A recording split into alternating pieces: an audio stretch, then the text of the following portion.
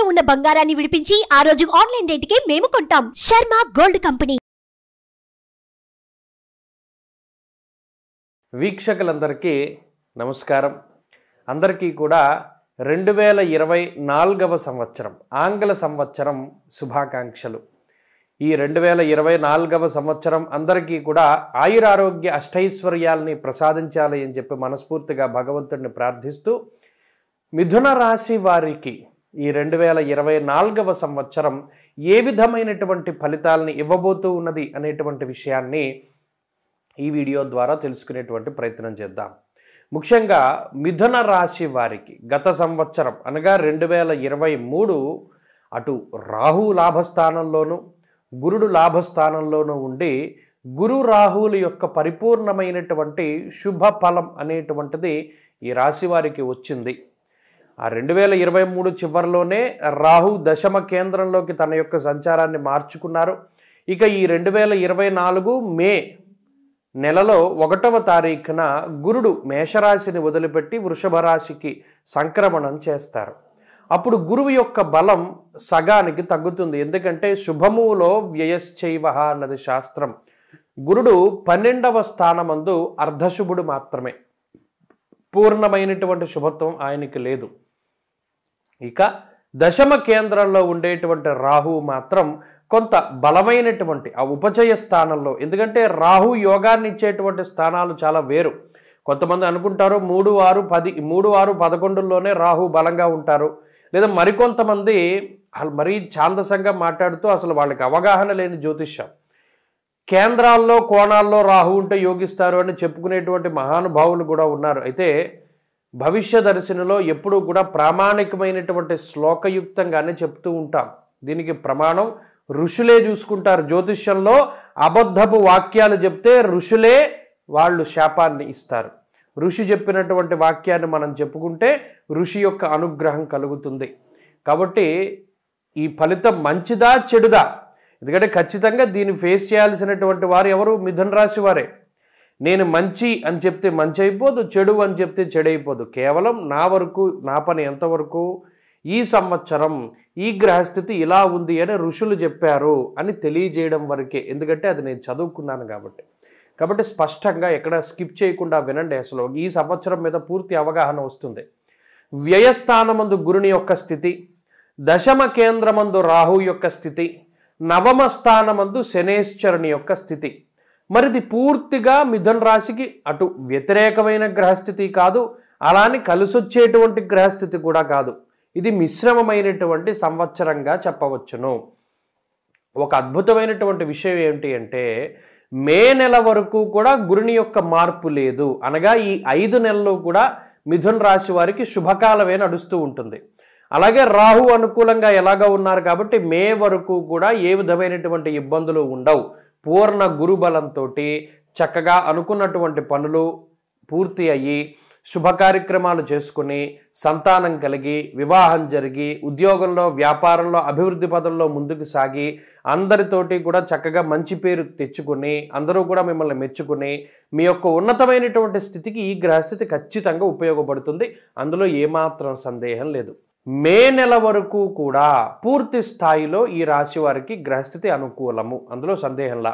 అయితే మరి మే దాటిన తర్వాత ఎలా ఉంటుంది అంటే స్థాన చలనాలు కనబడుతూ ఉన్నాయి.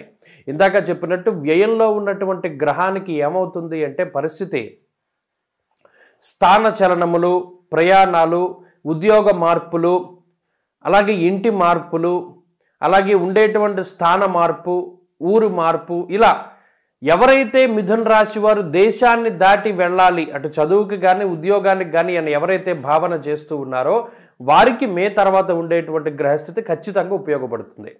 చదువు రీత్యా కానీ ఉద్యోగ రీత్యా కానీ వేరే ఆన్సైట్ అంటారే, అంటే విదేశాలకు వెళ్ళి ఉద్యోగం చేయడం, వాళ్ళ కంపెనీ ఉండేటువంటి స్థానానికి, అటువంటి వాటికి ఈ గ్రహస్థితి చాలా ఖచ్చితంగా ఉపయోగపడుతుంది. అలాగే వివాహాది శుభ కార్యక్రమాలు జరిపించడము, తీర్థయాత్రలు చేయడము, దైవ దర్శనాలు చేసుకోవడం లాంటి వాటికి కూడా ఈ గ్రహస్థితి చాలా ఉపయోగపడుతుంది. అయితే ఈ సంవత్సరం ఏం చేస్తారు మిథున రాశి వారు అంటే, ఆనందదాయకమైనటువంటి సమయాన్ని గడుపుతూ కొంత వంశపారంపర్యంగా వచ్చినటువంటి ఆస్తిపాస్తులు ఏవైతే ఉన్నాయో వాటిని అమ్మేటువంటి ప్రయత్నం చేస్తారు.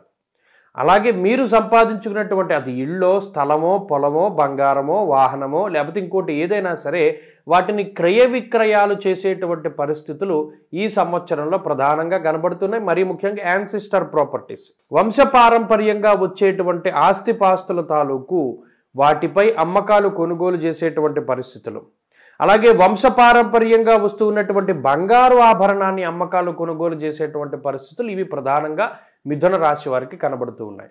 మిథున రాశి వారు ఎవరైతే గృహప్రవేశము, గృహారంభాదులు అంటే కొత్త ఇల్లు కొనుక్కోవాలి, కొత్త ఇల్లు కట్టుకోవాలి అని ప్రయత్నాలు చేస్తారో వారు ఈ సంవత్సరంలో చక్కగా ఆ ఇంటికి సంబంధించినటువంటి పనులను పూర్తి చేసుకోగలుగుతారు. నూతన గృహప్రవేశాది యోగాలు కనబడుతూ ఉన్నాయి.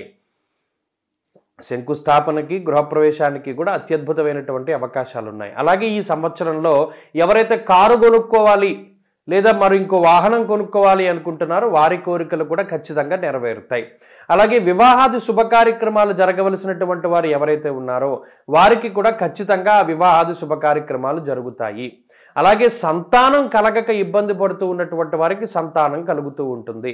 అలాగే భాగ్యస్థానమందు ఎప్పుడైతే శని యొక్క సంచారం ఉన్నదో స్వదార స్వసుత క్లేశం భాగ్యస్థానగతే శని అన్నారు. అనగా ఒక్క విషయం మాత్రం కొంత ఇబ్బంది పెడుతుంది. కుటుంబ సభ్యుల యొక్క సహాయ సహకారాలకి సంబంధించినటువంటి విషయంలో మాత్రం కొంత ఇబ్బందులకి గురి అవుతారు. అలాగే ఇష్టమైనటువంటి వ్యక్తుల్ని వివాహం చేసుకునేటువంటి విషయంలో కూడా కించిత్ ప్రతిబంధకమైనటువంటి పరిస్థితుల్ని ఎదుర్కోవడానికి అవకాశం ఉంటుంది. అలాగే ఈ సంవత్సరం వ్యాపారం చేసుకునేటువంటి వారికి చాలా అద్భుతంగా ఉంది. కిరాణా షాపులు కానివ్వండి, 1 గ్రామ్ గోల్డ్ పెట్టుకునేటువంటి వారు కానివ్వండి, వస్త్ర వ్యాపారాలు చేసేటువంటి వారు, ట్రాన్స్పోర్ట్ బిజినెస్, ఇలా ఆహార పదార్థాలకి సంబంధించి హోటల్స్, రెస్టారెంట్లు నడిపేటువంటి వారు, ఇలా ఈ వ్యాపారాలు చేసేటువంటి వారికి అత్యద్భుతంగా ఉంటుంది. సినిమా థియేటర్లు నడిపేటువంటి వారు, లాడ్జ్లు నడిపేటువంటి వారు, ట్రావెల్స్ నడిపేటువంటి వారు, అలాగే ఐటీ ఎంప్లాయీస్, అలాగే రాజకీయ రంగంలో మంచి పదవుల్ని ఆశించేటువంటి వారు, వీరందరికీ కూడా ఈ సంవత్సరం అత్యద్భుతమైనటువంటి ఫలితాలు ఈ గ్రహస్థితి వల్ల రాబోతూ ఉన్నాయి.